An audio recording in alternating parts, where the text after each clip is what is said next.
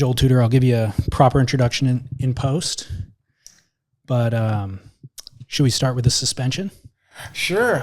I was just talking about it earlier because I'm still technically suspended until I think January, and I didn't really realize that until because I was just in Hawaii and I was going to get in the booth to help commentate for during when Tosh surfed, but I'm still not allowed in the commenting booth because they're streaming the content. I don't know how exactly it works, but they're streaming it, so technically it's on their feed. So technically, I'm still banned until next year. Okay. Well, let's start with the statement that they gave in March 2022. I never really read it. I'm horrible with emails, so they probably sent it to me and I didn't read it. I would just talk to Devin directly. Perfect. I'll read it to you for the first time then, and also for listeners to be fully aware of what's going on. They said, quote, Joel Tudor has been suspended following conduct detrimental to the integrity of the WSL per the WSL rule book, which includes a violation of the following provisions: unsportsmanlike conduct, damage to surfing's image, and a verbal assault. The duration of the suspension is currently under review. What were they referring to exactly? What were the actions made? I think what had happened, there was such a lack of communication for us when the contest ended in Malibu. It's been 2 years, There was like 5 months where they weren't giving us any kind of an answer, which is hard when you're getting close to January. And, for a lot of the people to do it, there's a lot of planning involved because there's not a lot of financial support. So you kind of have to have like advance notice rather than like getting to March and they're like, hey, you have an event next month in Australia or whatever. So, and I was talking to Devin, I grew up with the guy. So we would text each other and go back and forth because he was technically the commissioner. So I would ask him, what's going on? And he was, man, I'm helpless. He's like, I'm sorry. He's like, I'm trying. But I'm like, it's falling on deaf ears. No one's getting back to me, And at the time, there was a lot of like talk of equality going on through their organization, which I thought was kind of ironic. You know what I mean? I was like, wow, that's interesting because we've been around the whole time too, and we're never even in the table of conversation for, things being on level playing field. So we kept going back and forth. And then at the same time, it was during the Pipe Masters, and I was watching all these commercials running with the gals, and it was like Longboard Girls and all this stuff. And by coincidence, in the last 2 years where everything was closed down, out of the blue, the WSL started running content of longboard stuff for the first time ever. Like, I was kind of cool. I actually started following it because I was like, wow, they're running clips of my friends, and they ran one of me and Tosh, and I was like, wow, this is interesting. Maybe it's a new step for them. I said, oh, this is awesome. And Devin had just been hired, so I was like, well, I guess maybe there's a change in the way that they view, us being valuable or whatever. And then I was looking at the amount of views, because it's their own self-made media. They have their own 1 million followers that follow it. And I was going, man, are they paying attention to the difference between these clips of like how many people are like watching and liking one as opposed to the other? And it became such a consistent trend. I started asking Devin, he was going, no, I'm noticing. He's like, I'm bringing it up. No one really wants to talk about it. They're kind of in denial.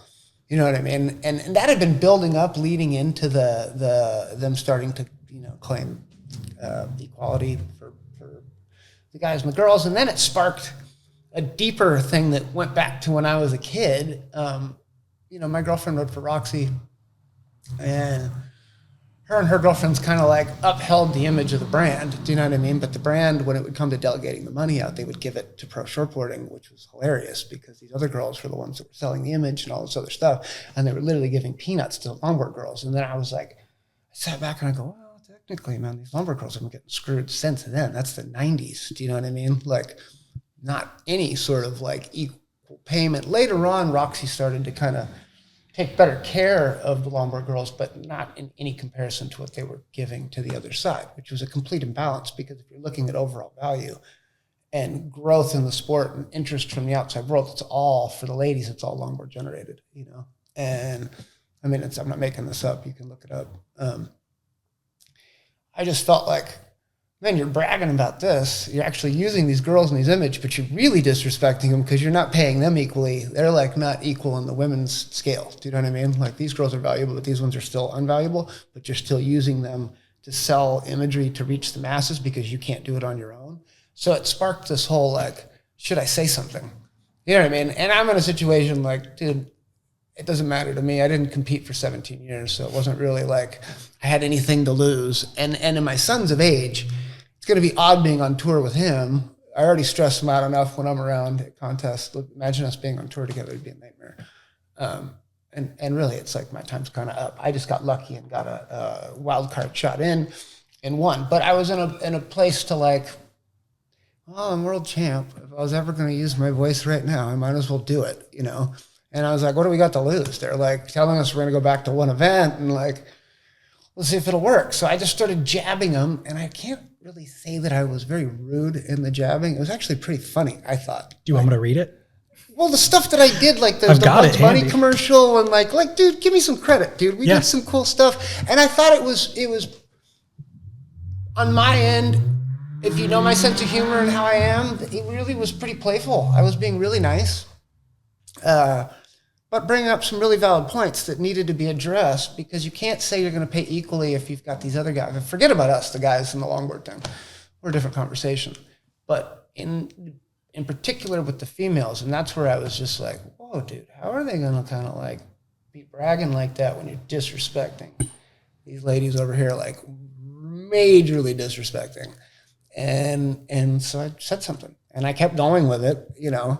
You published it on Instagram. Yeah, dude, that's what social media is for. We got rid of surf magazines. We don't have what we have left are 2 gossip columns. You know what I mean? We have like 2 pages that only pick up stuff that creates like traffic for trauma.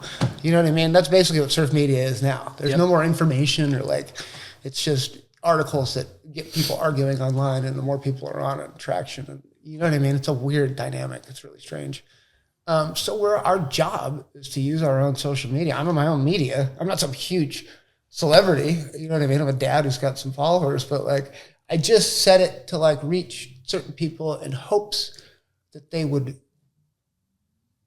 you know, show some respect to a group that's been kicked down for a really long time. And it didn't work.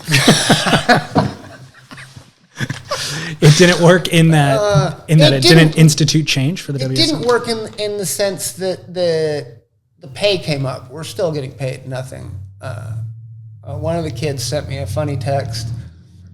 I said something a couple months ago about how like it's costing these guys still money to go, you know, and he wrote me, I'm not going to say who it is, but he was like, you know, even with an event in my backyard and the 2 other ones, he was like, I spent $17,000 to go to all this stuff. And he's like, I made it $6,500. Total. So he lost money. Oh, of course. Yeah. And that's always been my argument. Yeah. It's very much the same with the shortboard stuff. You don't make much back. You spend like 70 grand to go and you barely make it all back, but you make it back.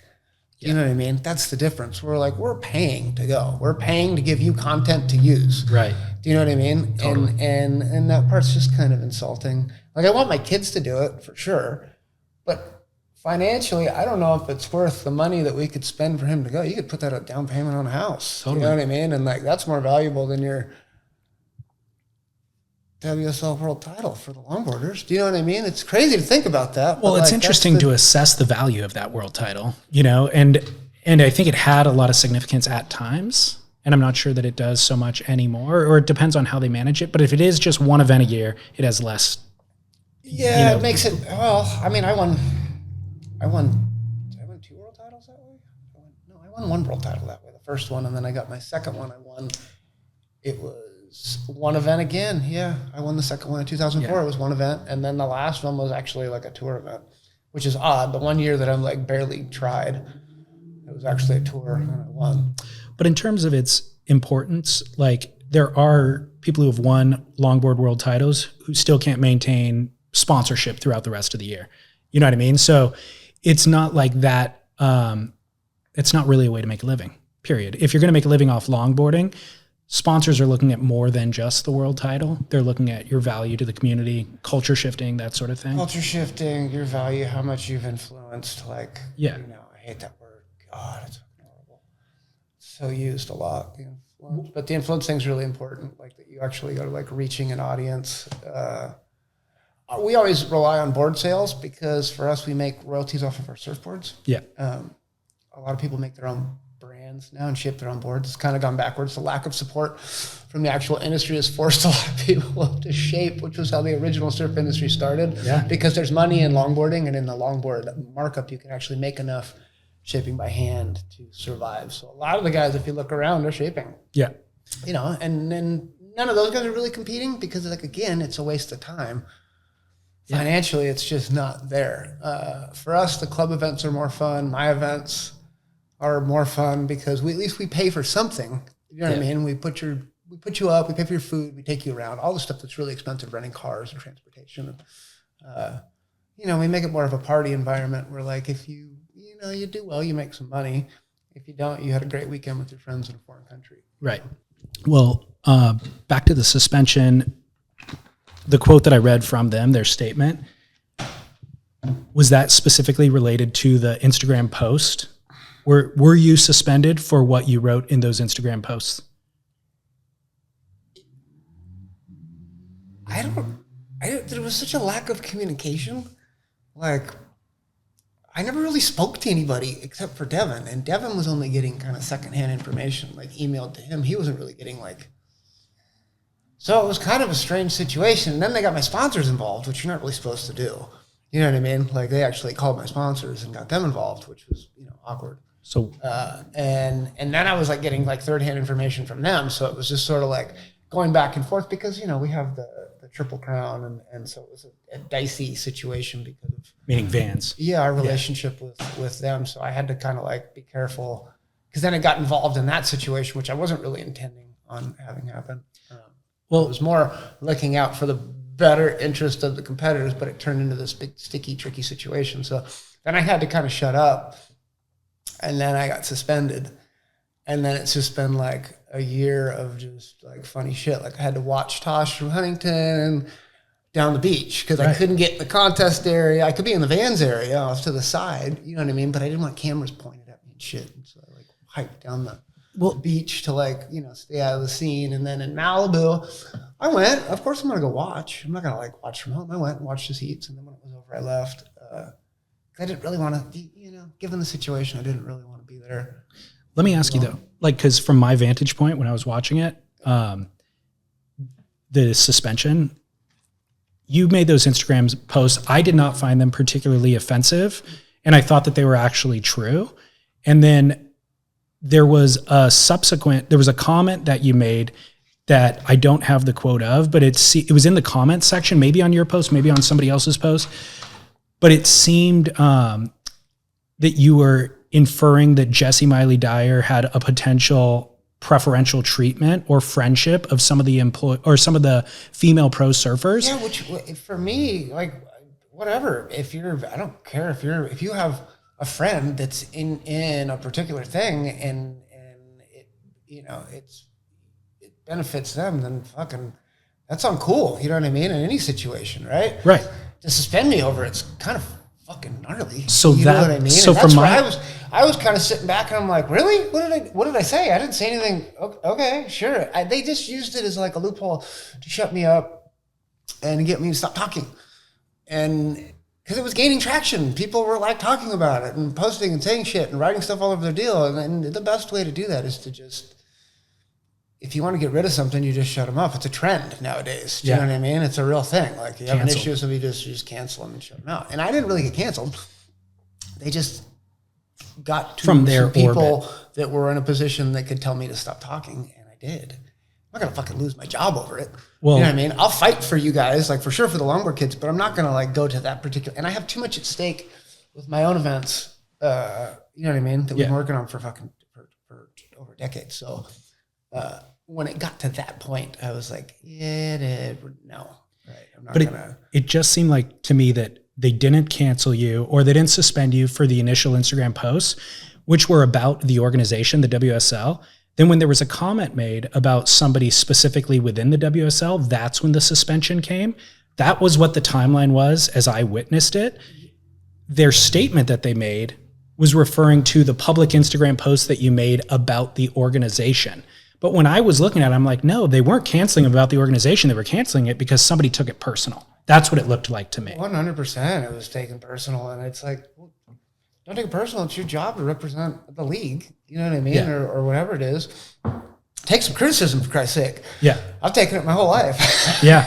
You know what I mean? Like, it's not that big of a deal. And I really wasn't being like super rude. I had legit arguments to make. Do you know what I mean? Like, this isn't like hot air. I actually have some pretty valid points that you should acknowledge, because as a governing body and an organization, your goal is to reach a broader audience. Like, the more people watching it, the more of a success it is, the more that your sponsors feel like they're getting something back, right? So if you're ignoring this huge potential to show something and you don't, then that's you're not growing your brand. You're purposely like keeping it.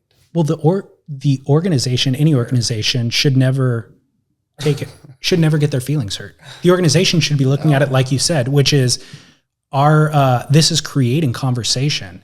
Whether it's like, there's no such thing as bad press, right? And so this is creating conversation, and they should leverage that. So the organization should never get the feelings hurt. If somebody within the organization gets the feelings hurt and makes a decision for the organization that then stops traffic, that's problematic. Yeah. Well, here's the thing. I started my own events because I didn't like where they were going in 2005. I just stopped, right? And then like 2 years later, Vans said, hey, let's do these events. I did my own thing for a really long time. It gained so much traction and so many little pop-ups around the world that were copying it that they had to go back and reevaluate their rules because they weren't getting any new blood in their organization. No Justin Quintals and no Harrisons and anyone partaking, right? So they had to go in, and it had nothing to do with me. I had nothing to do with them. But the success of my events forced them to go and have to make some adjustments to get some new blood to come in. They did. They hired Devin, which is funny.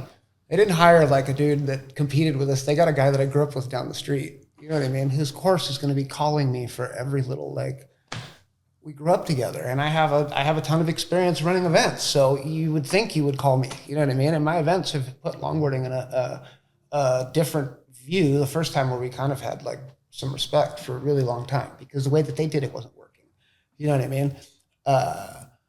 It's just odd that our little events had some kind of like influence on their stuff. Do you understand what I'm saying? 100%. And then when I so you're indirectly taking from my success. Do you know what I mean? And then when I speak up and say something that's totally valid and you could have listened to rather than listening to it, what did you do? Somebody got their feelings hurt. And they went deep and called, they went and tattled and ratted me out, and which is really chicken shit. Call me if you got a problem. Well, that's what I was going to ask you. I mean? Like, what you, at the very beginning, you said maybe they emailed me and I didn't respond to the email. Did anybody try to resolve this personally or privately? No one ever called me, which is hilarious, because the people like Graham Stapleberg and those guys, get out of here, man. I've known you for 30 years. I've been on the WSL since I was 15. I'm 47 this year.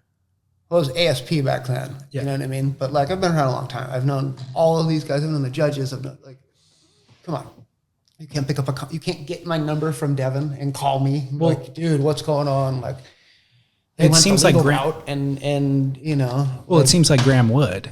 It seems like there'd call me up, dude. You get my number. How hard is it to call me? Well, it seems like it wasn't Graham's decision. Yeah, because Graham would, right? I know he would call. I feel like, I hope so. You know what I mean? I've known the guy forever, but it was an awkward way to handle it. You can't say it was awkward for me. We don't have magazines anymore. They do an interview. If they're not responding to emails and they're not responding to the dude who's the head of the longboard portion of it, what else am I supposed to do? Yeah. You know what I mean? And it wasn't really for me. I was doing it for everyone else that was fired up and excited to compete because of all these promises and different things. So I didn't get on camera and say, this fucking tour sucks, fucking, you know what I mean? None of that shit. I jabbed them. I had a really talented artist do a commercial for me. I had some like funny shit done. And I used my verbiage, which I use on everything, to kind of like gain some traction, and hopefully some people would write them. Because in this day and age, like cancel culture, they hate negative press. You know what I mean? And I thought that would actually be a way to get it. But whatever. I mean, and again, the suspension, it's like, boo-hoo. I didn't compete this year. I didn't compete for 17 years. I went straight back to the club events. I competed in the over 40 division. this year like 4 times. Well, the insane thing is, if they actually allowed you to compete in the events after this debacle, it would have driven more traffic than they've ever seen before. 100%. You know, I would have liked to have competed. The waves were actually good this year at Malibu. It was terrible the year that we did it. I mean, it looked good, but on a Malibu standard, it was pretty bad. But it is what it is. We had a cool year. We had our events, a handful of them. The duct tape that I had to do for them, I mean, that's the other thing. I had to volunteer my permit. That was supposed to be a regular duct tape that would have like showcased like California talent that actually surf a particular way. But we volunteered it so that there would be a tour stop, you know, and then, you know, obviously things change because it has to fall underneath their rule set and how they put the competitors in. So we had to invite a lot of people that I would have normally not had at my events. Sure. You know what I mean? Yeah, you lost some control. Just because they don't really support that particular style of surfing. But whatever. We're big kids. We sucked it up and we had them come and they all had a good time. We threw the party for them and put them up in hotels. And I let them experience what it's like to go to one of my events. You know what I mean? And so that way they could all walk away and go, oh, wow, I can't talk shit anymore. You know what I mean? They actually got to do it and understand like what we do. And obviously they didn't get to experience all the cool shit of like having me on the mic and you know, the funny shit that we say during the heats and the encouraging to drop in on each other and the doubles rides, all that stuff kind of went away. Mm-hmm. Actually, what's funny is in the final, there was a lot of stuff going on in Malibu in the final event. That ride of Harrison and Connie was a tribute to our events. You know what I mean? I could see that. And it was like their way of kind of like, I mean, no one could say my name. Do you know what I mean? Was there a mandate to not say your name? Yeah, you weren't allowed to say my name. You weren't even allowed to say it on the webcast. It's insane. Yeah, all the webcast guys that work for him came up and told me. Insane. Yeah, you're not allowed to say my name. You know, so that part, I got my final laugh when they took off together because that's a symbol of our contest. We ride doubles and do crossovers and pay each other for that shit. So in the end, I was kind of like, oh, you shut me up. But the coolest part of that whole final was, that was for us. So, let me ask, why'd you delete the posts? I had to. Why? Because I was told to. By whom? By my, you know, the people that are my employers. You know what I mean? It wasn't helping me any by keeping it up because it was just creating fucking negative traffic. It wasn't negative. It was actually positive conversation, but it was negative in their direction. So in my best interest, I deleted it. I mean, it was up. You all saw it. I would wish I could still keep it up just for like memory's sake. I mean, it exists. People screenshot it. It's around. People have it. Yeah, they have it. Do you regret deleting it? No, it served its purpose personally. I mean, I feel like it did its thing, and I was able to save their tour. It'll be the first time ever that a world champion sacrificed himself so that the kids could have. But I mean, you got to remember, I sacrificed myself at 28 or whatever, and for the last 10 years, I cheerleaded for an entire generation that I could have beat the entire time. Do you know what I mean? I did. And I didn't because I had such an exceptional childhood through Takayama and Nat Young and all these people that I felt that it was my turn to quit taking it all in and stealing the fucking limelight. You know what I mean? Because I was the only one that was getting paid and to do all these things. It's the difference between longboarding and shortboarding. Right. There hasn't been a share of the pie. I was the only one that really ever succeeded. Do you know what I mean? And so it's a lot of animosity from that particular branch. If you're in shortboarding, everybody ended up buying houses. It's just like a normal thing. Longboarding was pretty rare. It wasn't until I quit competing and worked with Vans to make these events that it actually became like, you know, Quintal bought a house, Harrison bought a house, you know what I mean? Pickle bought a house, Perch bought a house. Like all these things became possible through the duct tape success and giving them a platform. You know what I mean? And fuck yeah. Like, I feel like I succeeded. You know what I mean? I had to like quit competing and be world champ. I could have won fucking 5 world titles if I wanted to. But I had to, like, at some point do something. Otherwise, it was just going to be the me show. You know what I mean? And that shit sucks. Yeah. I don't want to live a narcissistic existence where it's just, I'm the only fucking thing that's important. And, you know, the duct tape's still going. That's a fucking rad thing. I still have a job. Well, I still get to do this 4 times a year and bring in new talent every, you know, shit's rad. So that's why I ask though if you regret deleting it, because it's like if the duct tape is the legacy and that is what you feel great about, And then this past year, you're forced to include surfers that maybe you wouldn't. You're forced to sit down the beach. Then they're not only jeopardizing, not only is your world title canceled, but they're canceling the legacy to a degree. Yeah, they can't cancel me, dude. I was famous before surf fucking Instagram. You know what I mean? You know what I'm saying, though. I know, but I try to tell that to people all the time. I was like, nowadays, dude, you're famous because you can like put a clip together and make funny shit. It was like, once upon a time, you actually had to be talented. Do you know what I mean? And I already accomplished a ton of stuff before some stupid app for a cell phone. I don't really take it that serious. I know people think I do. Dude, Instagram for me is a joke. I literally, we have no media left anymore. So I literally use it to like show people like cool old surf stuff. And I mean, it's the truth because it's everybody celebrates themselves. It's almost kind of fucking corny. It's got to a point where like we live in this me. It was all that I see existence. And it's like, I didn't come up like that. Yeah. I came up around some rad dudes that never celebrated themselves ever. You had to pry the fucking information out. You know what I mean? Like stuff that like is like groundbreaking shit that you're like, how did you never tell me that? You know, and it's just like they just didn't care because they were still doing cool stuff. Yeah. And I dig that. Yeah. And I try and honor those dudes. And you know, surfing needs a little bit of history, less claiming, more information. That's just where I'm at right now. And I got kids. You're asking me why, and that's the real thing. Like, I'm sure at some point Tosh wants to like pursue, or even Judah might. What I don't need is anyone holding grudges because not everybody understands my sense of humor or the angle that I'm taking to get it. And sometimes people's pride working for a brand or an organization will get in the way of the information that I'm giving them, and they'll hold those grudges that can cost you a 0.5 in a heat later. Or, you know what I mean? Once you start you got to remember pandering, that shit, dude. These guys are petty motherfuckers, and they'll hold that stuff to you when it comes down to it, to giving you that score or whatever it is. So you have to like keep that. I'm aware of it. Yeah, and it makes sense that you would make that accommodation in light of your children. But what I'm just surprised to hear you say, because I think that your conviction was right in the first place. Like the thing that started this whole thing about equality and the hypocritical nature of the marketing was spot on. And if they had listened, it would have benefited their business. And somebody took it personal, made a decision that I think would hinder the business. And then somewhere down the road, I see you deleting the post and you canceling and accommodating and things like that. And I'm like, what I'm concerned about is that the people who are making those decisions now for the organization will be gone in 3 years.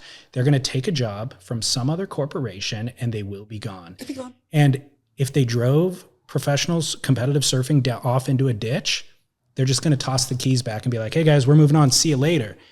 And your conviction still has value in that scenario. And so why not just write out the conviction until those people who are way less invested move on? Yeah, I was bummed Devin quit.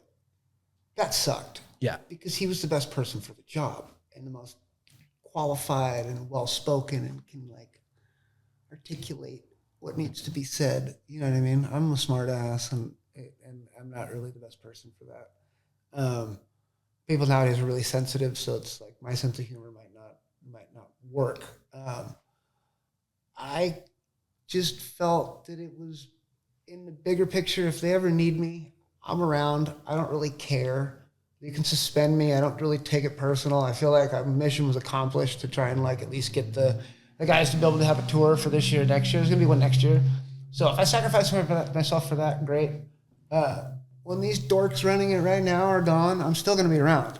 And I'm still sitting with a ton of information, and you can call me at any time. You know, I'm sure one of my kids will be competing on it. And I'm always here. My love for surfing goes beyond my suspension, and I'm still here if they ever need it. You know, and the smartest thing they could ever do is listen to the one person who's had the most success running longboard contests. Totally. I know what the fuck I'm doing. I've been doing this my whole life, competing on all levels, and I studied the same way I studied surfboards and our history and all the shit. I studied all the fun parts of the contest and what was wrong and what wasn't, and where people were too big for their britches and where the egos got in the way and all that shit. And you know, one thing about having contests, it's a philanthropy effort. You are not going to make any money. People have to remember that. You can make a little bit, I mean, you might make a couple grand for the weekend or whatever, but you have to go into it knowing that. You're not going into it to walk away. If you go anything, you're going to make money off of surfing, you're going to go broke every time. Well, I think that's the WSL doesn't make any money either. Well, yeah, but they've got this business model that's ridiculous. And it's $1 million tents, you know what I mean, on a beach. They charge for all the shit that's just, honestly, for one, with the way our coastlines are eroding and like the environmental impact of those gigantic, I don't know what the hell it is they make and they put all these places is ridiculous. We don't need it. We used to run huge events with tiny ass scaffoldings and you know what I mean? You don't need 20 security guards and all this shit. You need 2. You don't need, like, it's kind of this huge flex and we don't really have an industry to back it up. Yeah. And we need to like pump the brakes and come down and just downsize and make it cool again. Don't make it bigger. You're making it bigger and it's becoming lamer. Is lamer a word? Yeah. I don't know if it's a word. I hope think it is. I mean, Sounds like I just made one. If it's not, it's the truth. It's losing like anything cool to try and reach the stadium audience. And we're not a stadium sport. We're way cooler than that. We don't need to have that kind of like giant scene to be successful. You know what I mean? And that's where people have to kind of like, you know, Rabbit Bartholomew did it right back in the day when he made the focus be about the waves as opposed to, you know, that stadium thing. And there was some success there for a couple of years. But when you bring in people that don't surf, you can't expect it you have to have, it has to be a lifetime passion, not just like an exercise that you got into in your 40s. You know what I mean? To really be in charge of our culture and like how this shit's presented to like a bigger picture, you need to know what's up. That's really important. If you were offered the job as commish, would you take it? Fuck yeah, I'd take it. I'd fix all this shit too. Hey, laugh all you want. I'm not laughing. I'm laughing that you're so laughing, but I'm saying for the people that get a chuckle out of that, I know what I'm doing. You know I what agree. I mean? Like that's the funny part. I've been doing this for a while, and people think it's hard. It's actually very, very easy to do. You just have to make it not be about you. You know what I mean? And like step back, and run in good waves. Yeah, run a good event. You know what I mean? I mean, literally running good waves. Yeah, running good waves, run a good event. Know how to read a swell forecast. Yeah.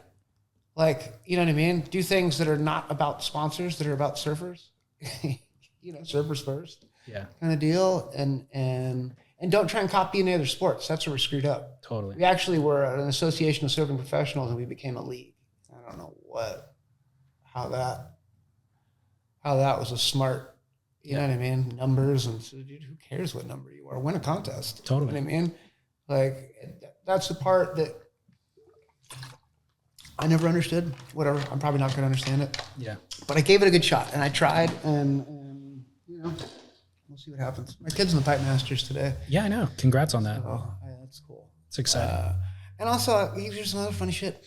Like, dude, they got rid of Devin. They forced him out to put him in a situation where he quit because it was just too frustrating having to just like sign off emails. It's like, dude, I actually have something to say that can benefit the competitors. You know, I'm not just going to sign an email, which is what they were expecting him to do. And, you know, he quit. But then they hired a kid that's most famous competitive moments winning one of my contests. Shit's funny. Yeah, you know it is what I mean? funny. Like, it's kind of funny. There is a lot of humor. It's pretty humor. Like, I'm sitting back and I'm like, really? I mean, I love Kira, but, you know, like, that's like, what the fuck? So how has she made changes to the tour then? No. Oh, okay. None at all. Okay. And what in that kind of a situation, how are you going to? Do you know what I mean? Like, if you don't have any experience running events, how the hell are you going to be able to? And if you're dealing with a group of people that don't want to hear anything and they just want you to like say yes to everything, that's not really in the benefit of any of us. Do you know what I mean? Totally. And I'll be the first to stand up and go, you know, you're fucked. That's like not right. You can't do that. No, that wave sucks. No, that's fucking 3 rights. No, that wave only breaks when it's 6 feet. I've been everywhere. I've surfed all these waves. So it's like, you maybe listen to some of us. Do you know what I mean? Yeah. That know what the fuck we're talking about. You know what I mean? Well, and that knowledge is always available. You can always pick a phone up and call me. Yeah. You know what I mean? Like, again, I don't know if you've noticed, I'm not dying to get back on tour.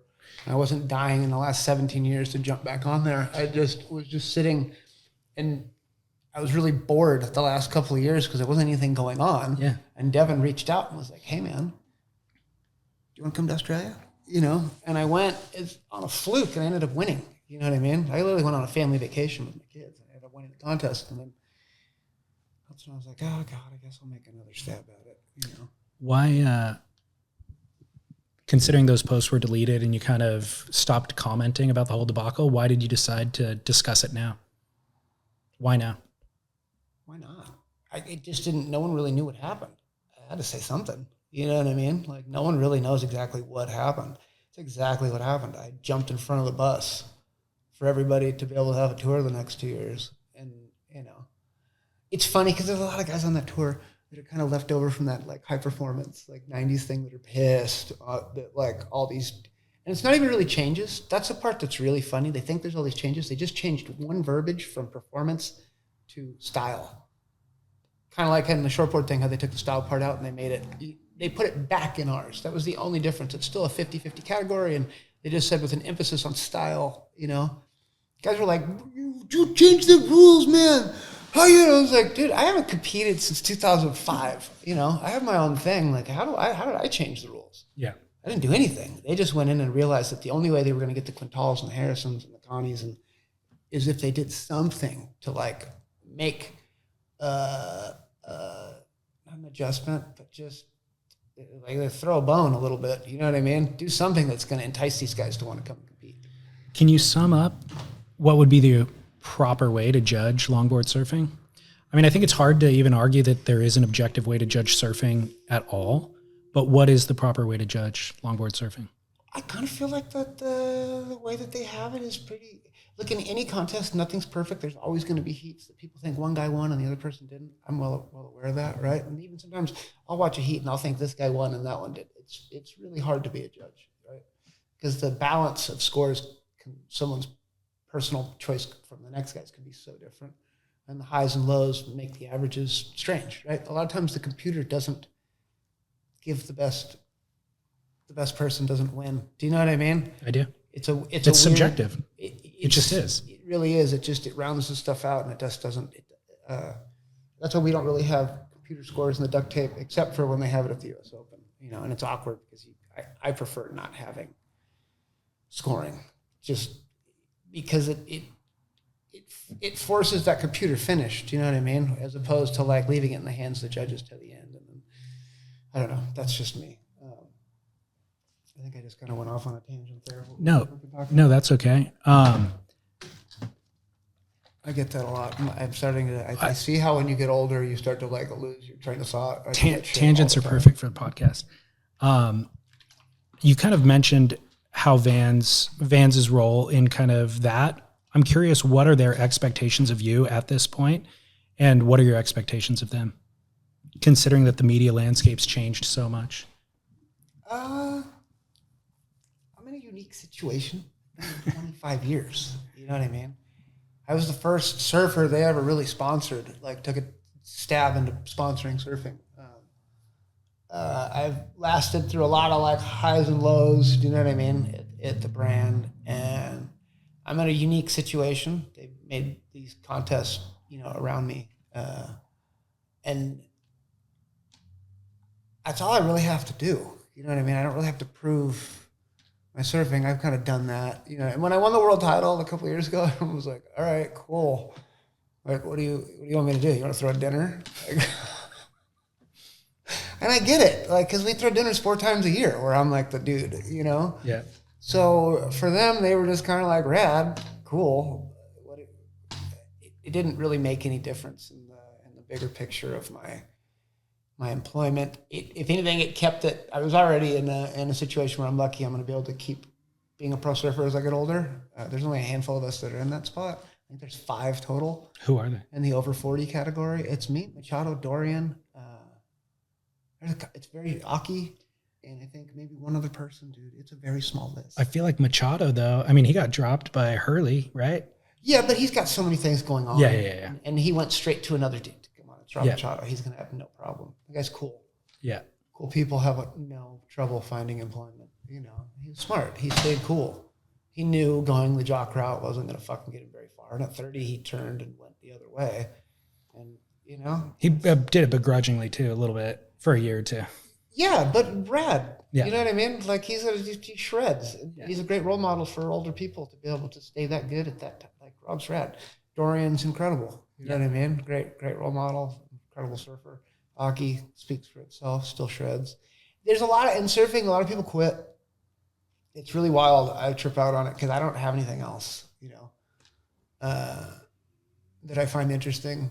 Brazilian Jiu Jitsu. I have Jiu Jitsu. Yeah, we're here at the school. I like this. This is awesome. But those two things take the majority of my interest in being a parent. Yeah. I think those are all awesome. I couldn't think of anything else. Let me ask you, we've all heard the story referenced of how you got into Brazilian Jiu Jitsu, and the story being that there was an altercation in Hawaii. Can you tell that story, or what was the incident? And that's where, shit just gets so misconstrued. And stories are so, like, exaggerated. My ex-wife actually got me into jiu-jitsu. We met when I was 25 and she was 19. And she wanted to go, because her friends had taken jiu-jitsu, and she wanted me to go, but we never went or whatever.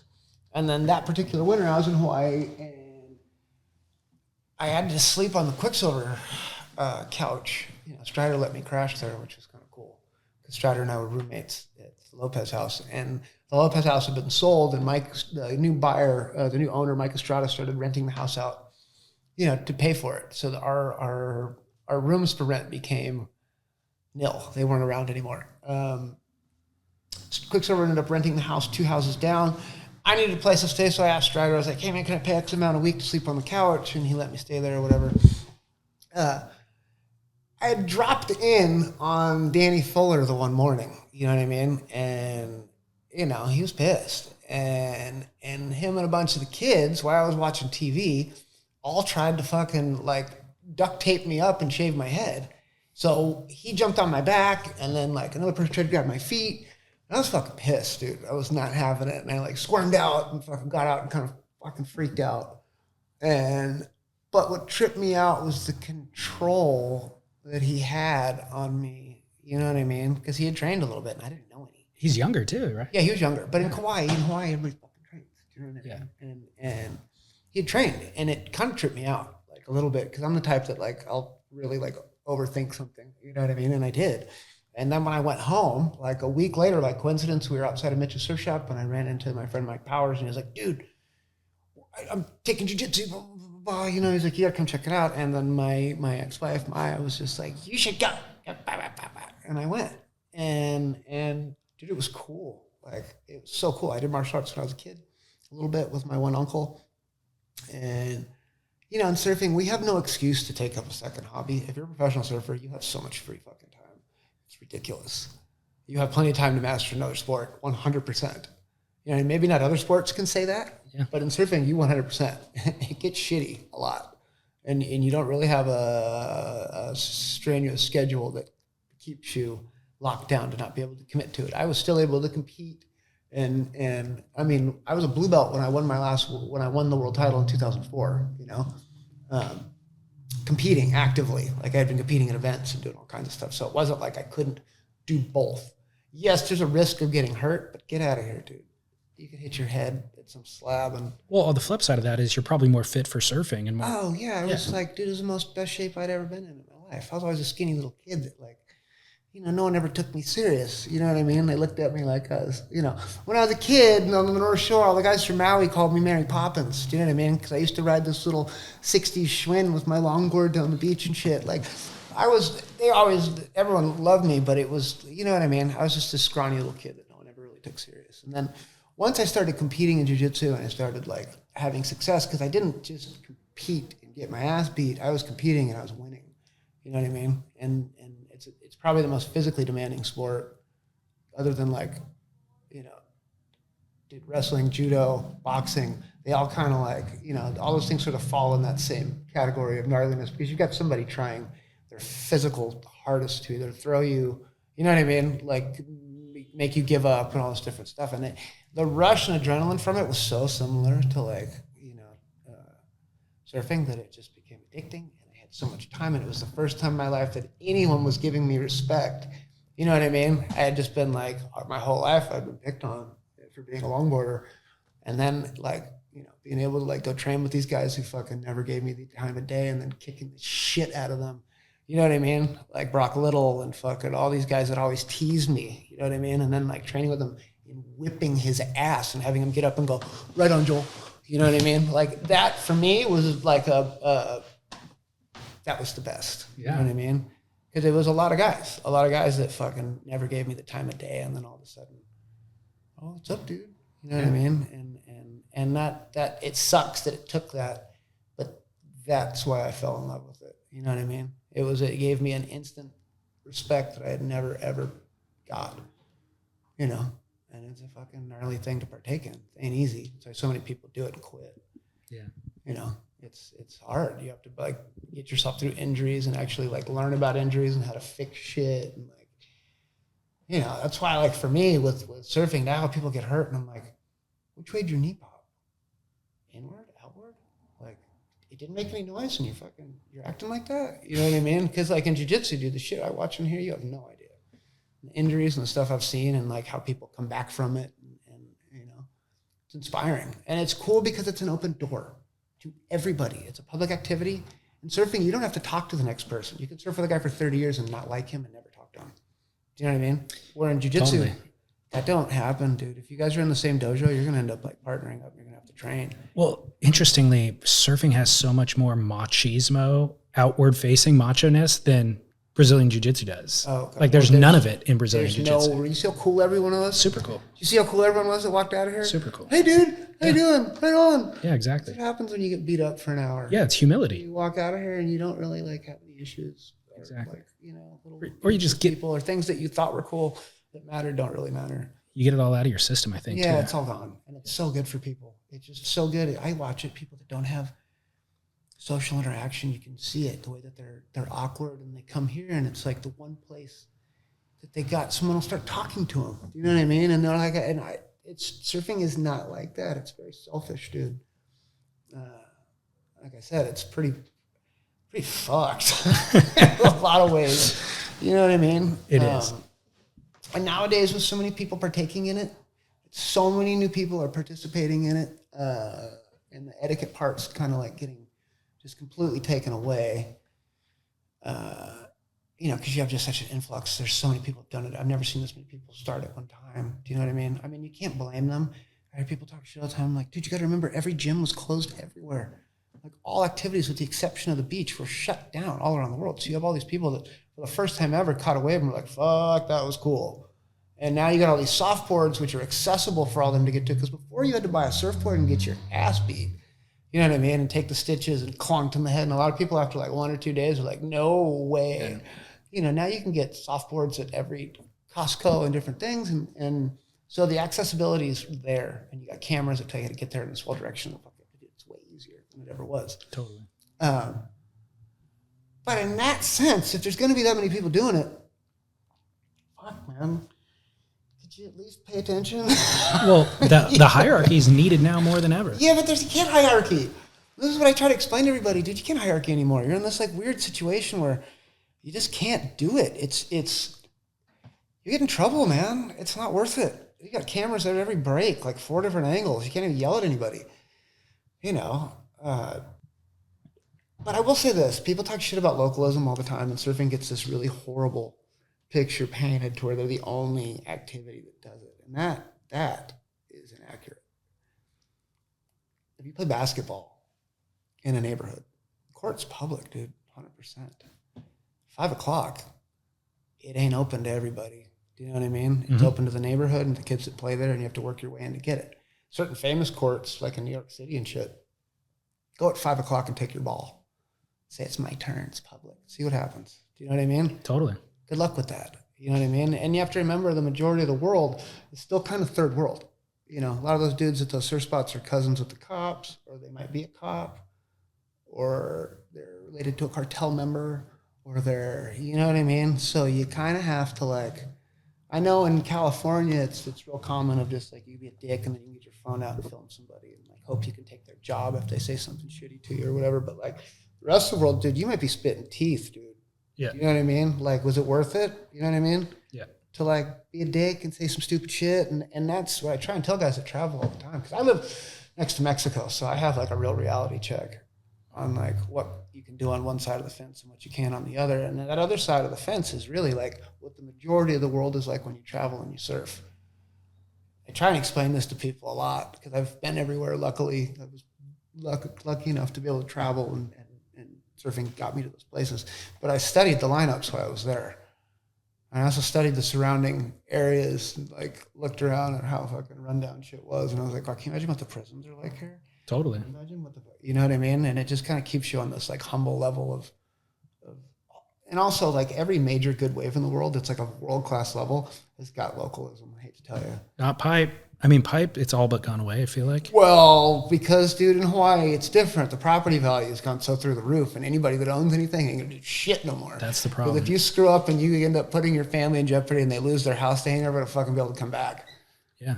Gentrification is gonna send you to Vegas, dude. Totally. So that's why Hawaii's changed, because most of those guys that are talking shit and did all this stuff in the last years, their parents were working class and bought a house and fucking property and different things. So it's a lot of those guys are like, and they're in line to get it now. The parents are getting older. They're my parents' age. So a lot of them that are in a situation to be able to say something or do something, you ain't doing nothing. Yeah. You're going to ruin your gravy train, Totally. just to go and fucking, because you got dropped in on. And that people need to remember, like my family, I learned that the hardest way possible. My dad got in that fight in the 90s, and he lost everything, lost his house. He's still doing construction at 72 years old because he doesn't own a house. You know what I mean? Yeah. He's paying for that. He'll pay for it till the grave. Crazy. So I saw it firsthand, and he didn't even start the fight. Right. You know what I mean? It was the other guy started it. But in court, if you don't have the start on film, you know what I mean? You're open. You're open to getting taken out, and he got taken out.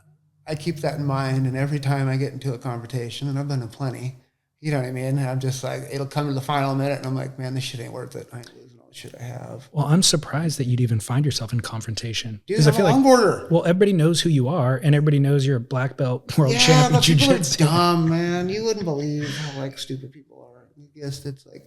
And people go out of their way to test you in the event so they can sue you. You have to remember this day and age. Yeah, I can see that's that. a real, that's the way people are manly nowadays. I got you, took your house, Yeah. So I know when I'm getting dragged into that situation, and I just avoid it. That's shocking. You just have to be aware of it. That's where we're at. That's this day and age. And there's nothing to do about it. You can't get mad.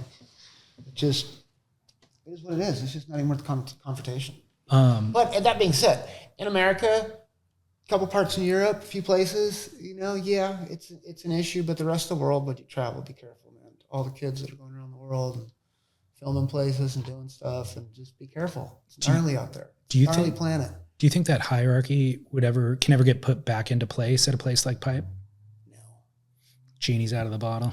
It's out. What are you going to do, man? I think you're going to get a lot more of people saying shit to the crowd, and the boys get the waves no matter what. The guys that live there, they're getting the waves no matter what. Yeah, but they're getting blocked. They're getting blocked. They're going to get dropping in on them, and people there's 9 people in the way. That's and the problem. That last swell was the wildest shit I've ever seen in my entire. I didn't even surf. I just sat on the beach and watched. I was just like, I have no place out there. I'm going to get in the way. I don't even want to get in the way, But there's 100 people who were way less qualified than you who were in the way. I got it, but let them do it. That's all. Yeah. I'll pass. Yeah. I'll wait for smaller days. I'm also getting older, dude. I don't want to be out there and that kind of stuff. It's this way everywhere. There's 300 people out at Superbank. You know what I mean? It's just there's that many people serving. You go to Barra, it's packed. You go to anywhere good, it's going to be crowded. You just have to learn to rotate. That's the cool thing about Pipeline. It's teaching my oldest son patience. You know what I mean? I waited 3 hours to get a wave. And I'm like, yeah, but it was worth it.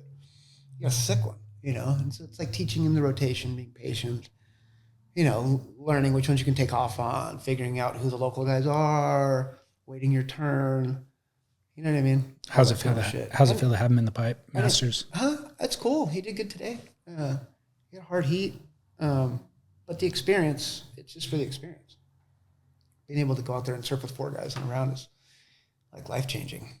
You don't get that very often. So lucky for him, Vans has some wild card spots available, that they could do it. The wild card thing's nothing new. Whoever's the sponsor of the actual pipe event, all the way back to Marui back in the day, there was always wild cards that were put in. Lopez would put his guys in, different people. Vans got to put Tosh and a few other people. Billabong's always put, random guys that ride for him. So, he knows how lucky he is. And I tell him all the time, like, count your blessings, dude. Not every kid gets this opportunity. So yeah. Cool. I see. If you ever meet him, my kid's cool as shit. He ain't got no ego. I made him surround himself by adults that actually had shit going on and were motivated in doing stuff, and it works. Good. How'd you get involved in board building? In board building, I by default, I started riding for Takayama at 12. Riding for him, you had to spend a lot of time in the factory. You couldn't just like come pick your boards up. You actually had to like hang out and go to barbecues and different shit. And then my brother started shaping when I was 12. Donald felt bad because I was getting all this attention. So he asked my brother if he wanted to shape. And he taught my brother when he was like 14 or 15 how to shape and how to glass and how to like all the shit. So my brother was super talented, but he doesn't like building surfboards because everyone wants a discount. And he's a carpenter, I come from a carpentry family, and he learned how to do it. And he was like, he's like, if you cheap out on me on payment of a house, I'll build you a crooked house. You know what I mean? He was like, when surfboards, he's like, I build this board, put all this time into it, and everyone that picks it up is like, wants a discount, and what's this? And he's just like, nah. He goes, I learned early on that I'm not going that route, So he just kind of like got away from it. But being around him is how I kind of learned a lot of stuff. Okay. And then, with Donald, he involved me in all of it. And then my interest in, weird surfboards and different shit, I had to kind of take it on my own to be able to recreate that stuff. Not that I was building it, but I had to do the homework on how to track it down and how to get the template and get it to Donald and beg him to do it. And you know what I mean? And then through him, watching him do it, then when I ended up connecting up with Stu Kenson, I kind of had the formula. I knew what it took. And then Stu and I spent, years working together. And, he's a machine, guy's such a machine, and capable of kind of like whatever. I came to him with an idea, and he would be like, oh, really? Fuck, all right, whatever, we'll make them, And he would do it, where a lot of guys would do it, and he'd be like, fuck, we made those already, those don't work, fuck, that shit sucks. Which is, you get a lot with the older guys, they get kind of salty because they've gone through the deal, but Donald and Stu in particular both understood that maybe they had moved past certain designs a little too quick. Oh, interesting. You know what I mean? And going backwards wasn't going to hurt, and my curiosity to do it. Here's a difference. I wasn't like going backwards and like riding them at fucking Malibu or like some soft ass little wave. I was taking them to Pipeline. I was riding them at Big Rock. I was taking them to like Waves of Consequence because I really wanted to experience all the same shit that the generations past had done, so that I couldn't say I didn't do it. Do you know what I mean? I wanted to walk that same walk so that I could like fill those shoes, and Donald was the perfect fucking environment for that because he had done it all. Do you know what I mean? He had done it all from wood to, I'm still learning about the shit he made. Even today, I'll see stuff like, well, he made those? Fuck. No way. It was between those two, I had just like this insane opportunity, and I was lucky enough to where I was making enough money to be able to start my own board company after Donald and I had parted ways, and I just invested all of the money I was making back into making surfboards. Do you know what I mean? Just making my own shit and constantly making stuff and working on this and coming up with that and doing with this and taking that template and redoing these ones and it was like never ending. And I look back at it now, it was expensive and, I spent a lot of money on surfboards, but the education was about heat too. I learned shit that no one else learned because all the people that know it are dying. Yeah. Tell me or tell listeners, what is Lamination San Diego? Lamination San Diego. So a couple of years ago, when Diamond closed, I made a post and I told everybody, I hope you understand what's happening. I was like, this is not funny with these old big factories closing down. Because when they close, those big factories are gone. Do you know what I mean? And no one's going to go with their own money and reopen one and go through the hassle of dealing with the city and all the shit, because it's a pain in the ass to deal with resin. It really is. Not an easy feat. You can't just go open a glassing factory.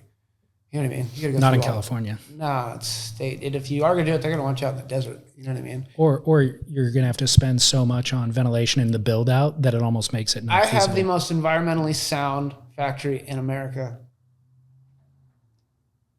I can say it with confidence. If anyone wants to challenge me to it, come on down.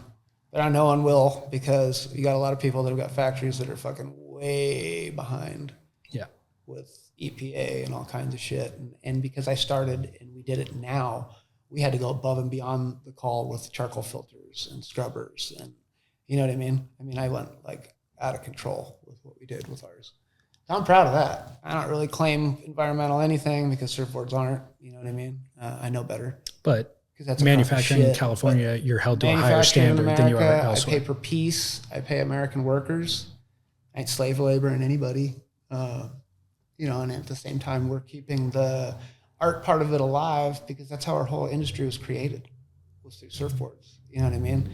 And the second that we start all just conveniently not caring and like letting it all be made. I use computers. I ain't talking shit. When you're mass producing stuff, it's great. You know what I mean? But it cannot be the future. You cannot make designing boards on a computer the future. It is still best done by hand because your eye sees things. It puts straight and different things in a board that a computer will round out and make safe and make curve. Do you know what I mean?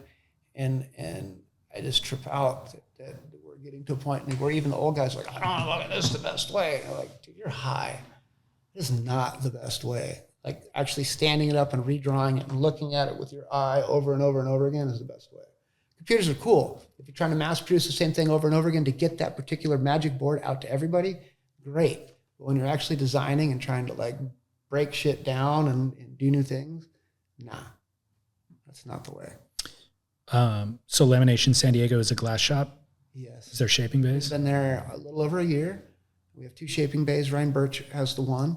The other one's open to whoever wants to use it when they're in town, which is kind of like you're supposed to do that because there's just not a lot of shaping bays around for people. And for people that come in glass stuff at our place, we'll let them use the room. But Birch took the one room.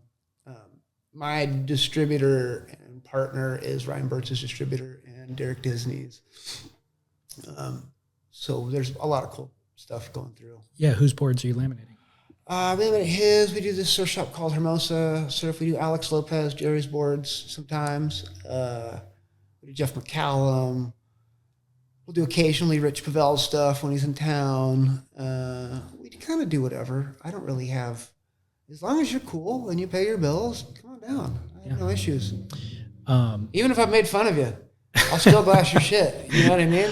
And that's what people got to understand. If I made fun of you, it's because I kind of like you. Yeah. You know what I mean? Well, it's shocking that sentiment is gone. It's like fucked up. Yeah. Hater. He's a hater. It's like, what, dude? No, if I give you shit, it's because I care. Totally. Like, you're my friend, or I actually think what you're doing is cool, and I'm going out of my way to give you some shit because you're being cool. Or, yeah, I didn't make it this far. Otherwise you would just ignore it. I didn't make it this far without people doing that to me. And I still get it. Yeah. Fuck, I was in water the other day and Perry Dane paddled out and just started fucking roasting me in the lineup at V-Land, you know? And Taj was like looking at me cracking up. I'm all, see, it's fucking needed, dude. You still have to like... Well, we're in this like really sensitive time where like people just don't... They act like it's like some damaging thing. And it's like, no, tough love still needs to exist. It's character building. Especially in surfboard building. Holy shit.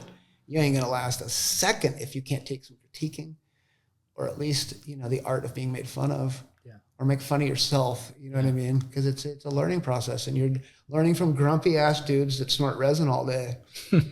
And resin makes you fucking grumpy. If you're in there all day, you walk out of there, you're like, oh, you know? So you have to kind of keep that in mind and have some thick skin and not, you know, it's like I chose longboarding as a young kid. I knew then I had to have thick skin. I did. It's helped. You know, it made me who I am. Yeah. And I think we kind of got to get back to that same place. Do you know what I mean? Of I agree. Because surfing's funny as shit. And a lot of the old timers are hilarious and the heckling and all of that is part of like grommet life, grommet abuse. It makes you who you are. Do you know what I mean? Yeah. And we need to get back to that. Getting yelled at, it's not that big of a deal. If you're fucking dork, you asked for it. You know what I mean? If you screw up in your car, you know what I mean? You drive through a parking lot and you almost hit a bunch of kids, you're going to get yelled at. Yeah. You might get your ass beat, you know what I mean? Rightfully so. Surfing, you're probably going to get yelled at if you do that kind of shit. If you ride your foil through a lineup and you fucking almost run over a bunch of kids, you're going to get yelled at. Yeah. If you dragged your kids sideways and none of you know what the fuck you're doing and they all cause a pile up, you're gonna get yelled at. You know what I mean? If you catch too many fucking waves and you have no etiquette, you can't wait for the dude next to you. You didn't see the 3 people that are sitting there. You fucking catch an earful. You deserve it. Yeah. You know what I mean? Like, this is the shit that people need to hear this in surfing. Like, this fucking, no one's a jerk. You fucked up. Totally. You're fucking uncool with your surfboard or your softboard or your fucking stand-up board or your longboard or your fucking foil. Yeah. Like, dude, you're getting yelled at for a reason. Don't take it personal. Don't go back and try and take that person's job. Don't call their fucking employer. You know what I mean? Man up and own that you did it. And this goes for, like, the yoga moms. You know what I mean? For the fucking old dude that has the 11-footer. For the guy that has the glider. Like, all this shit. Everybody's got to own up to, like, being a dickhead, you know? Totally. Even me, if I catch too many waves at Big Rock, JoJo or something, I'll fucking slow down. You know what I mean? Totally. It is what it is. Yeah. And don't get mad. As I say to guys, too, don't get mad at localism. Because you deal with it in your job. You don't say shit. On your first day at the job, you get to come in and yell at the dude that's been there for 10 years? Fuck no, you'll get fired. You know what I mean? Remember that. It's the same thing. I don't care if Flipper, fucking no one owns the ocean, Flipper owns it. Bullshit. Some of those guys have been there a really long time, you know, like forever. Like, helped keep the balance and all that stuff. Have some respect. Yeah. Don't jump the line right away. Don't be a dick. You're going to get a good one. Over time, if you're nice to everybody and, like, you can get a wave, you know? Well, the only way you'll get that wave is if you learn from those people that you're getting in the way of. They will show you the way. My son travels around. I get text messages if he's got a filmer somewhere he's not supposed to have.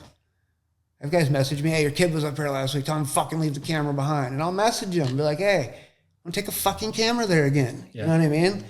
Like, yeah, I'm being cool. I'm telling him valuable stuff. He wants to go surf these waves that are slabby and uncrowded. Don't take anyone with you.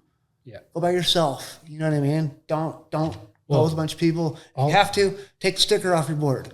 You know what I mean? Yeah.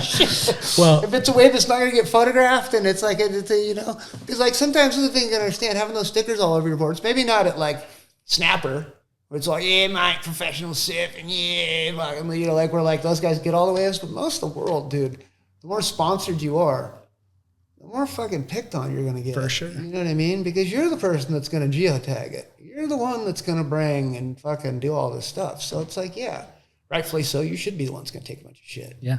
You know? All of those rules that you're talking about, whether it's the driving the car or that, it's for the betterment of society. Those rules are there to protect the resource and to ensure that everybody has access to the resource, not the opposite. And so what people don't understand that are just getting into it is, it's like, if we eliminate that, then it's pandemonium, and then the government's going to jump in at some point. And the lifeguards are going to show up and dictate who can go out and who can't. And you don't want that. You don't want that. So that's why I'm saying just some mutual respect. You know, I understand some people have been there longer than you. I do it when I go certain places that I'm not from. I have to like sit in line. Yeah, of course. You know what I mean? Obviously, when I'm here, there's a few places. Yeah, I'll take a few waves for sure. I'm not going to say I don't. You know what I mean? I'm not going to lie. I do. But I think anybody does at their own home spot in particular, whether it's, you know, from me to freaking, you know, to Aki. Yeah. He's catching waves when he's out at his home spots. You know what I mean? And then if you get in his way, you're kind of a dork. You know what I mean? You're kind of a goober if you go out of your way to get in his way. If I'm out there, I just want to watch Aki. Yeah, I mean, and surfing's the most interesting activity where you actually get to be with the very best in the world that do it. Where like everything else, that's never going to happen. No. You ain't playing basketball with Michael Jordan. No. You ain't going to get close to him. You know what I mean? You're not going to be hitting mitts with Muhammad Ali. Yeah. You know what I mean? All that kind of shit. We're surfing. You can get right next to Kelly Slater. Mm-hmm. You know what I mean? And then you can go home and talk shit to him via your cell phone. It's the I've truth, seen you do it. This is that. No, let's get something straight with me and him. We're friends. We've been friends since we were both teenagers, right? I've only given him shit 1 or 2 times. And what I gave him shit over, we're in my school right now. This is a jiu-jitsu school. In the jiu-jitsu world, belts are fucking important, right? And how people earn them is super important. And the most important belt in earning wise is white to blue. It's the most difficult one to get. Do you know what I mean? Because it's like you just get fucking destroyed in the process to do it. I mean, like ass whippings that you take are like nothing you'll ever forget. And you know, he was like putting a fucking blue belt on when he wasn't, he was literally doing it for pictures because he didn't want to look like a white belt. You know what I mean? Which in this sport, dude, is the fucking corniest thing you could ever do. And we're friends. So I was just telling him, like, dude, you know how legitimate I am in this shit, right? Like, you realize how fucking corny that is, that you're doing that? Like, you're fucking embarrassing yourself, dude. You're embarrassing surfing by doing that. Like, you know how many surfers have gone through the fucking, like, gone through the ringer to, like, get their belts, and then, like, you're actually posing with a belt that you didn't earn. It's kind of gnarly. Yeah. Well, of course, no one understood that I'm just giving a friend shit, which if I were to come in here tonight and explain to everybody, like, hey, dude, what would happen if someone gave himself their own blue belt? You know what I mean? Everyone started laughing. You know what I mean? It'd be like, that guy's going to get smashed. Like, that's the kind of stuff, that's the culture of how jiu-jitsu works. Like, that person then has a target on their head. You know what I mean? You have to take it off, too, so take it fucking away from you if you did that. But I just gave him shit. Yeah, we're friends. And then it just turned into, like, this shitstorm. Like, all these different sporting sites and fucking beef between. I was like, what beef? No beef, dude. We're friends. And I could say it to him. You know what I mean? Yeah, you had to know, though. Yeah. That if you say it publicly on Instagram, that people but are going to run with the headline. I don't, because I only talk shit to people that are my friends. Yeah, and if you know me, you know that I'll say it to you right to your face. You know what I mean? Yeah. Like, I'm not just like fucking doing it because it's. Well, I know you're. Saying, like, I'll say it to you in front of 30 people. You know what I mean? I know you're not, but of course that the news outlets are going to run with the story. It would just be surprising if Kelly got his feelings hurt about it because he knows you guys are friends. No way. Yeah. He wasn't even bummed. We talked, whatever. Yeah. I mean, dude, he's come to my school. He's trained, you know, different. He's been to a bunch of different stuff. I was just in a situation where I could say something, and I did. I was like, man, you realize how fucking corny that is, right? Yeah. And then I turned into the bad guy, and I was like, dude, this is just an example of how fucking backwards social media is, you know? I didn't even do anything wrong. I was doing him a favor as a friend. Yeah. You know what I mean? Yeah. I was like trying to help him, like, bro, you gotta knock that shit off. You know, that's fucking corny, right? Like, but, you know, that's just the reality of social media. We're in this, like, screen grab era where people screen grab stuff and they misinterpret it. You know what I mean? And then they make it their own battle internally when they don't really understand what the fuck is going on. Well, honestly, I don't think they take it that serious either. I think they're doing it just to have fun. Yeah. It's just fun. It's like, did you see what Joel said to Kelly? Like, and then you make a scene about it. It wasn't even a scene. I mean, it's fun for all the fans to just think that there's a rift or to talk shit. But understand, like, when two people have known each other since they were little kids, do you know what I mean? You're afforded a right. Like, you have a different dialect with somebody than most people. Do you know what I mean? And I don't really I forget sometimes that with social media, you actually have everybody listening in on what you're saying. I think maybe my age doesn't acknowledge exactly how far it reaches, you know, because I'm still used to, like, calling and leaving, you know, messages on the answering machine type shit. Yeah. Call waiting. You know what I mean? Like, that kind of stuff. I just don't think about it. But yeah, social media is fucking wild, dude. People are so crazy. Back to the resin sniffers. Give them a shout out. Who are the guys? Who are the laminators at your place? Who are the sanders? Well, so Alex Villalobos has been working with me forever. We got paired up, you know, at the time when I got really lucky with Takayama because we were able to kind of, like, in an effort, kind of put resin work back on the map before he and I started really, like, mass producing, doing abstracts and tints and all this different shit, because I didn't really like the way our surfboards were going. I didn't dig it. This was like 1993, 94. This is when I was coming out all that pink wetsuit shit and bright airbrushes. And I just didn't understand why all of the craftsman part of it, the cut lapping and the resin swirls and, like, all the shit glassed on fins. And I couldn't understand why it was going away. And I came to Donald with this, like, vision of wanting to do it and push these boards and do all this stuff. And he did it, and it took off, dude. And our tiny ass little factory went from, like, making nothing to, like, at 1 year we were making 2,700 boards, you know? And the whole world kind of took notice, and resin slowly made a fucking comeback. Do you know what I mean? Like, it went from, like, clear sanded finish, you know, ding dong work to, like, all of a sudden, you know, Jeff Prindle showed up, which is insane. People don't know who Jeff Prindle is. Jeff Prindle pretty much did everything cool with resin you've ever seen. And he went on to invent the Prindle cat, which was a Hobie cat in that particular time that was huge. And Prindle showed up because there was so much resin work, and he was hearing about it. Prindle showed up. He was like, hey, I heard you guys are doing resin color again. And then he was there for a while. And then Wayne Hoshizaki showed up And that was where shit really got wild, because he was like the samurai of resin color and was capable of doing 18 in a day. 18 in a day for all you guys that call yourself fucking laminators and can't do 3. 18 sides in a day. You know what I mean? And it kicked the ball going. And then we had people like Tyler Zekian and different people that were pushing it and doing it too. And it came back. You know what I mean? It made a comeback. And Alex, when Donald and I parted ways, he and I somehow by coincidence ended up being put together. And then, you know, when I parted ways, I was doing a lot of boards with Donald, and I was starting my own label, and everyone knew to the extent of the resin color that I was doing. And I actually shopped around. I went to Greg Mart's up in Orange County, and I went to Peter St. Pierre at Moonlight. And it was funny. Everybody at that time was like, "You want to do resin color? Yeah, good luck with that." Like, they were like, "No one wants that anymore." Everyone pretty much, Peter St. Pierre, my favorite one ever. I told him I wanted resin color, and he goes, "Oh, don't do that. No one wants resin color. Just do airbrush. They won't know the difference." They won't know the difference. Do you know what I mean? And that one hurt. I was like, dude, they're a lot smarter than that. And yes, there's an audience for it. And whoa, you're completely wrong. You know what I mean? And actually I ended up going to Tony Channon, and Tony was like, "I'll do it," you know, because Tony was a laminator from the 70s, and he realized how much money he was going to make all of a sudden with color laminations, as opposed to doing, you know, $25 lamb jobs for Channel Islands. Do you know what I mean? He was like, "All right, I'll do it," you know. And then when I started doing it, we started doing so many that Tom Eberly this is how Alex, I'm sorry I'm running around, the story's going all over the place, but this is how Alex comes into the picture. Tom Eberly of Lightning Bolt fame did all the Lightning Bolt laminations back in the day, like all those Mark Richards bolts, the burgundy bottoms with the yellow decks. He lamed those things. He was down the end, and he had this tiny ass little shop called West Coast Lamination, and he was seeing all the shit that was going on at Tony's. And that's when he came to me and he was like, "Do you need another lamination shop?" He's like, "Because I'll take all the small boards, give him all the long boards."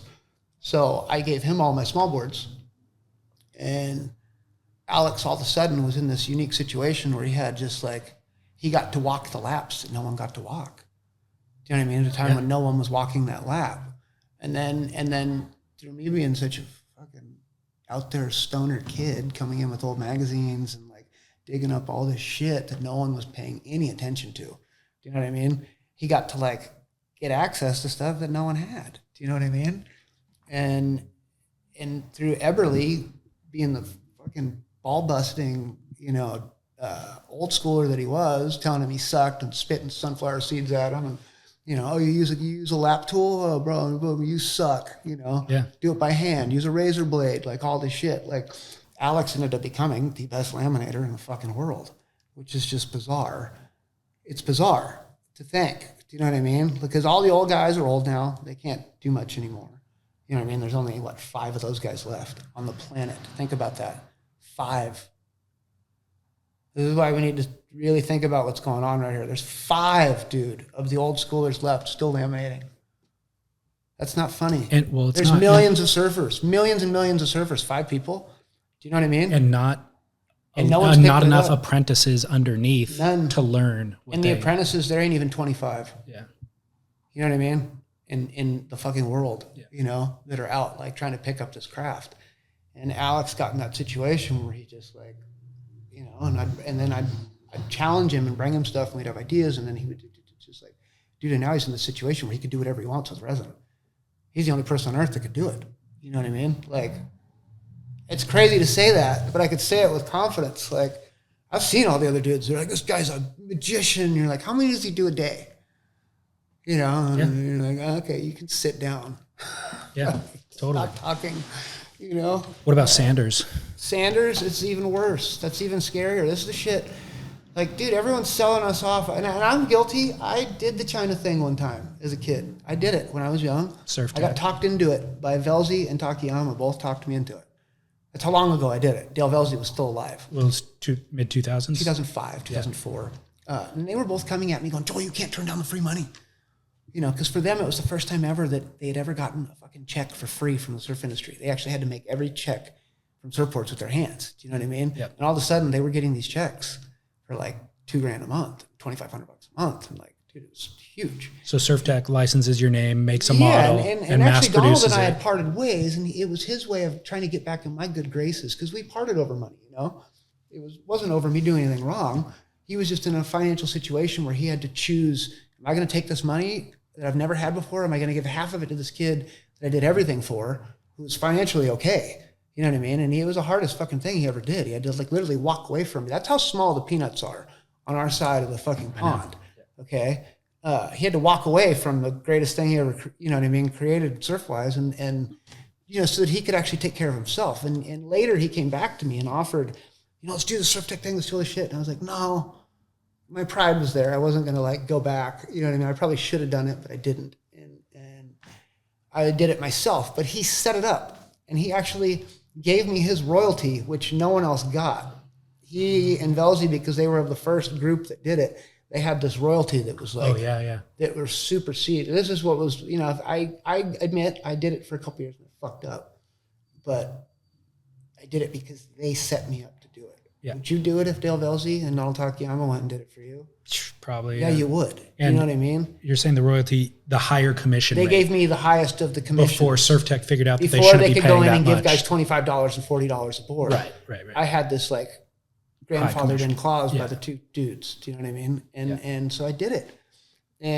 But when I did it, my Japanese distributor was freaking out. He was like, dude, you are committing suicide. He was like, these guys are like Walmart. He goes, they take free product and drop it at our accounts, and then our accounts aren't going to fucking order the surfboards. And he's like, and then you're screwing Alex and everybody at home for what, an extra $1,500 a month? Like, is it worth, like, I didn't understand because I was a kid. I'm old, I'm 45 now, or sorry, 46. I get what he was saying. Do you know what I mean? He was like, you are committing suicide, dude. We have all this shit set up. What are you doing? You know, and I did it, and I did it for like 3 years, 4 years. And then I stopped because it really did. It cut back on all of my orders that were keeping my guys at home. Do you know what I mean? Yeah. Like, I knew that I had fucked up, so I pulled the plug, and I've been an advocate of not doing it ever since. Yeah. Because I understand how much it affects the little garage builders that used to sell 5 and 6 every month or 2 months to these different accounts, that now they go to those shops and they're like, hey, dude, you know, Firewire just dropped off 60 and I don't have to pay for, you know, 90 to 120 day terms, and then they take them back if they don't sell. Mm-hmm. Like, I'll take your boards, but you got to do it on consignment. This is really what's, like, people have to understand. This is what's happening, you know? And that's why I pulled the plug. Do you know what I mean? I was like, fuck, I can't do that. I'm like, I'm screwing my friends. Do you know what I mean? Guys have literally stayed overtime to sand my board so I could make it to that contest. Yeah. To win that world title. Do you know what I mean? Because if I didn't have those guys fucking, the Dale Dobsons putting my fin boxes in when they were done wrong, and they're like, I wouldn't fucking be world champion. Yeah. Right? So I learned to bite the bullet and learn to take the loss and go the other way. And it's really crazy that our most wealthy people in surfing who have made more money than anybody won't do that. Yep. Won't do that. I could have just fucking put a down payment on a house for the factory. You know what I mean? That I opened. I actually didn't. Do you know what I mean? That was money I saved for years, and I put it back, my own fucking money back into the industry. Do you know what I mean? So that my friends can have a job, so that the kid that wants to train under Wade or train under Alex or train under Alex Banyan, who's the other sander, or train under Justin, who's the fin guy, learn how to lay up fins and how to do fin rope. And like, I'm getting pissed off saying this shit because it's like, dude, what are we doing? Do you know what I mean? Yeah. Like, thank everybody before it's too late. We don't have a lot invested in it to where it's going to survive if we don't like throw a wrench in it right now. Like, pull the fucking brakes and go backwards. You know, I wouldn't have all the shit that I have if I didn't like grow up in a factory around all those fucking dudes. Do you know what I mean? That actually like went out of their way to help. So if now during my suspension and all this other shit, I was able to like take it and do it, because that's what I did. During my suspension, all that stuff, I reinvested back in surfing. Learn from Wade. Learn from Wade. Learn from... Well, I'm just saying, who's Wade? Give Wade's Wade a one shout. of our sanders. Give him a shout out. Wade's been sanding forever. He's actually from Diamond. the place that closed when I was telling everyone it was like Armageddon closing. You know? We got Wade to come over. He sanded at GNS. He sanded for Skip Fry forever. He's worked around San Diego in the different places. Wade Largent. Wade Largent. Once he got to see, you know, what we had set up, because the factory is a mirrored image of Takayama's first factory that used to be in Oceanside. It was a hallway with bays on the side.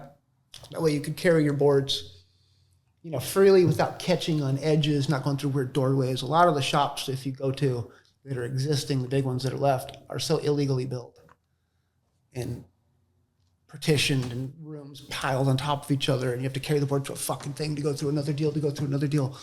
It's wild, you know, and I didn't want to do that. And Donald had actually like really methodically. We got to remember, he came from the Balsa era all the way up, you know, and I got there in 1988 or 87 is when we made cross paths. So he had plenty of experience on how to do it right and how not to. By the time he actually had that spot, he had the most well-built factory I've ever been into. And he didn't have super factories. We have a couple factories in the world now that were funded by really wealthy dudes that are doing it as a tax write-off. That's not reality, dude. You're not doing that with surfer money, and you're not doing it with actual boards. Right. Sales. You're doing it with someone that's a tax write-off. So that you can't even talk to us in the same discussion if you don't understand what it's like to have to do it the other way. To need to make a profit. Yeah, dude. Where you have to actually like do the math on like really making money off of it, and it's totally different. And a lot of it is you're going to take a loss at first. Do you know what I mean? Totally. You have to be prepared. It's like doing a jiu-jitsu school. You're going to be teaching for free for a while. If you do surf contests, you're doing it out of the fucking love. Do you know what I mean? And things will come and you'll benefit from it, but you got to love that shit first. Yeah, of course. Kind of a detour, but logical question. What role does marijuana play in your mental health and in your diet? You're pretty public about it. I've been public about it a long time. Surfing party is pretty hard. It's nothing new. They're pretty hardcore partiers. I ended up on the ASP at 14 and 15, so I was exposed to some environments. And I also, jumped in the longboard thing where everyone was 45 when I was 12. So I got to watch the no-nos, the what not to do live and direct. The train wrecks were happening right in front of me. And so I made a decision at a young age to which one was the least damaging. Well, see, I'm surprised to even hear you talk about it as damaging. I thought you were going to talk about it as beneficial. It is beneficial. I'm just saying in the public eye, the way that we've been raised to think of it, and through modern media and old media has made it have this horrible fucking image.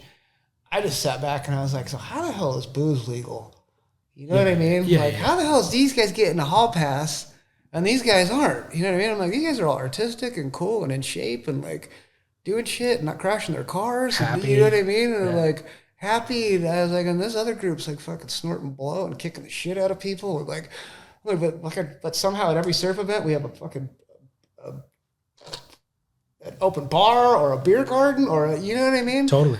Or, every movie premiere, every kid's got red cups and no one says a word. But like us weed guys, we're the fucking bad. Ooh, you smoke weed, and it's like, I go home and eat ice cream and go to bed at 9:30. I'm not like alcohol, you snort cocaine and you take pills. Like those are, you talking about gateway drugs? Like you want to get your way into fucking taking pills and doing blow. It's like, take up an alcohol habit because, at the end of the night, you want to keep going. And those are the things that keep you going. Well, and it damages your liver and all sorts of shit on earth, and it's on every fucking corner. And I can't even begin to tell you how many people are out of shape at like 29 years old because they just have a consistent like knocking beer back. I come from grappling and wrestling and shit where it's like, dude, you want to gain weight, drink a beer before you go to bed. You'll go up a whole weight division. Yeah. Do you know what I mean? And I just watched too many old legend dudes where it's like, whoa, man, what did you do to yourself? You did all of that with beer? So that's why I chose weed. And, and to be honest with you, all the medicinal properties from it, we can make sunscreen, and I don't even want to get into all the stuff that we could use it for to fix other things. It was just a way cooler crew. And But as it relates to your life, do you feel like it's helped or hindered your goals and your ambitions and your profession and your surfing just as a whole? It's kept me motivated and interested in other things. I have passion in other things that I could say for a fact. The beer drinking particular audience, I've watched them one by one KO themselves, you know. I can't even tell you how many of my friends have deformed themselves with alcohol. It's just deformed, right? It's like they put their wetsuit on, I'm like, what the fuck did you do? Do you know what I mean? Really? It shit tastes like piss. Like, you like it that much? And we're like, I just never saw that with the, like, there are stoners that get, you know, out of shape and shit. But for the most part, I never really saw that in my particular crew of friends. And I'm aware that smoking it's not the best for your lungs. I'm sure I'll get to a point in my life where I'll just eat it. You know what I mean? But. So what have the benefits been then? Benefits mentally?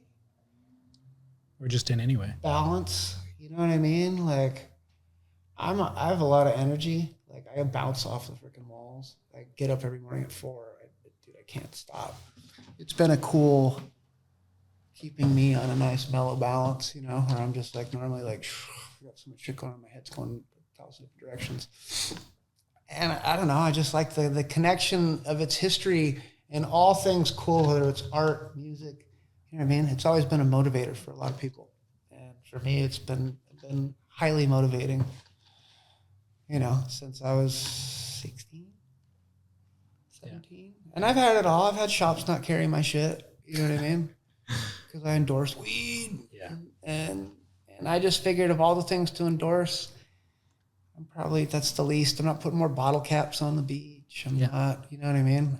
I chose the one thing that seemed cool. Yeah. And for me, it was a good choice. Yeah.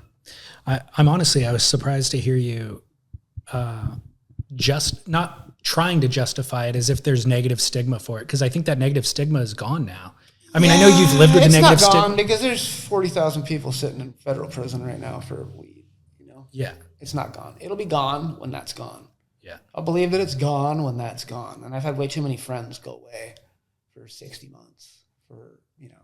Yeah. And it's just ridiculous, you know? And that's, like I said, the stigma will be gone when all that shit's gone. They let everyone out of jail and the rest of the world's cool with it, you know?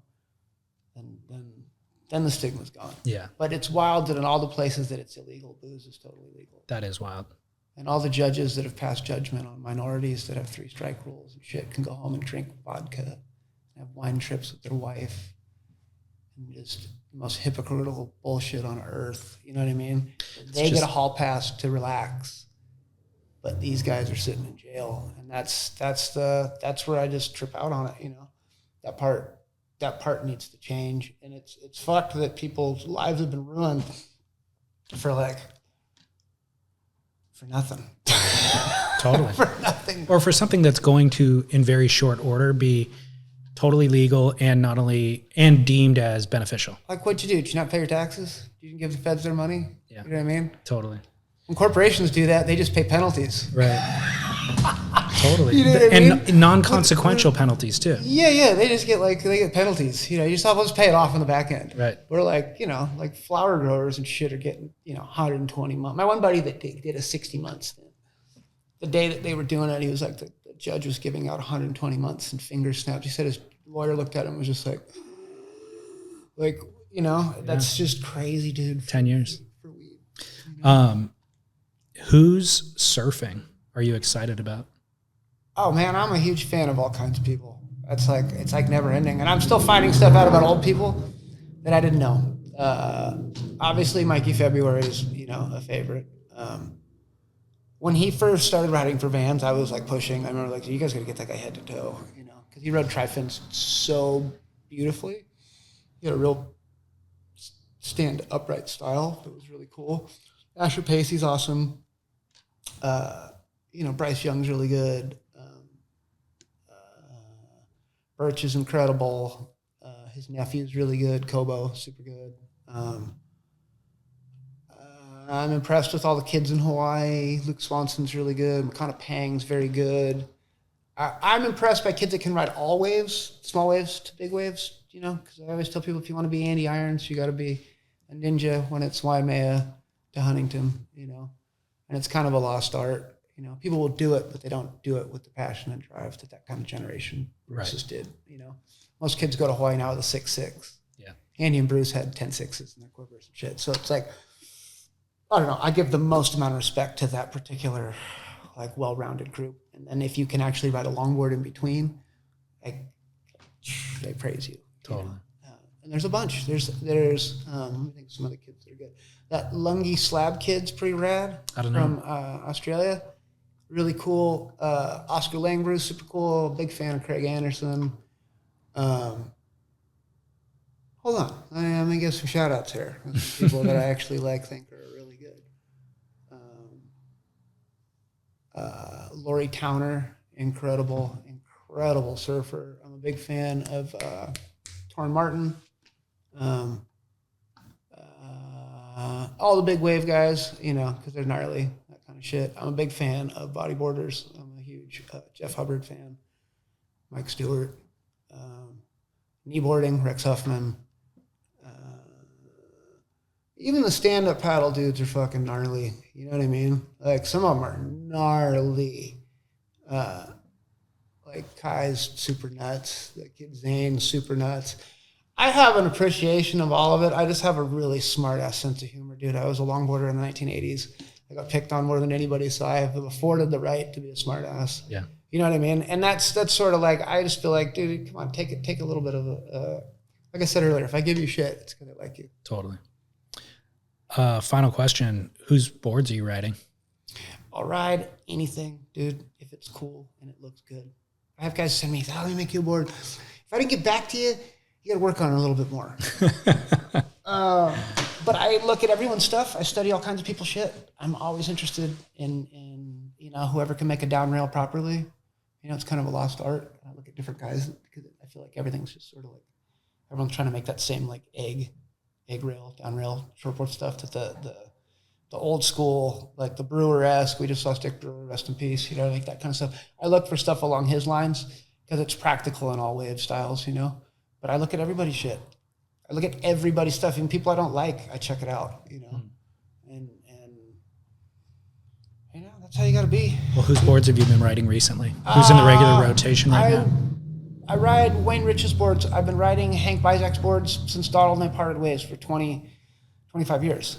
I won my last world title on Hank's board. I was actually the first world champion ever for Timmy Patterson. I didn't realize that. Italo, I beat you. Wow. In 04, I rode a Patterson. That was his first world champ. I did not know that. Yeah, a lot of people don't. Crazy. I ended up Timmy made all Izzy Pasco's boards, and I ended up having to adapt to the rules at that time because the way that I was surfing wasn't really catering to the way the scoring was. So I went and I was like, who made the most high performance boards in the 1980s but had the most beautiful style? I was like, Israel. So I called Timmy because Timmy had made me boards before. And I'm like, dude, can you make me the Izzy board? He goes, I have it, get up here. So he made me 2 and I won a world title on his. Man, he's covered so many genres and decades. Gnarly. It's crazy. It's insane. One eye. Yeah, it's insane. I was telling someone the other day, he shaped me 2 boards and he charged me $80 a board. And it was so sick. I was like, 160, that's it. I'll be right back. not laminated, just the shape. Just how cheap that is? It's so cheap. You know what I mean? Like to spend hours at a time to like make your boards and like on the drop of a dime, like get out of here. Crazy. I was so honored just to give him the check. You know what totally. I mean? Like I was so stoked. And you know, he could do anything. Timmy's like gnarly.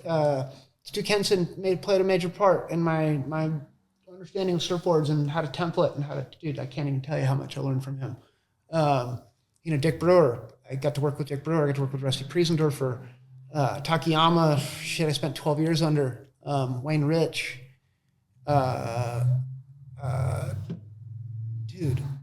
Mike Griffin made me a board. You know, I never got to like work with him indirectly, but we had discussions on different things.